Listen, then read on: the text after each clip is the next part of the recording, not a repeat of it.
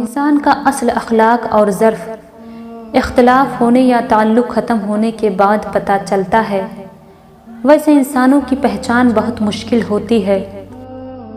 हसद का कोई फ़ायदा नहीं, बुलंदियाँ खुदा की ज़ात देती हैं। दुख जब हद से ज़्यादा बढ़ जाता है तो इंसान रोता नहीं बल्कि खामोश हो जाता है।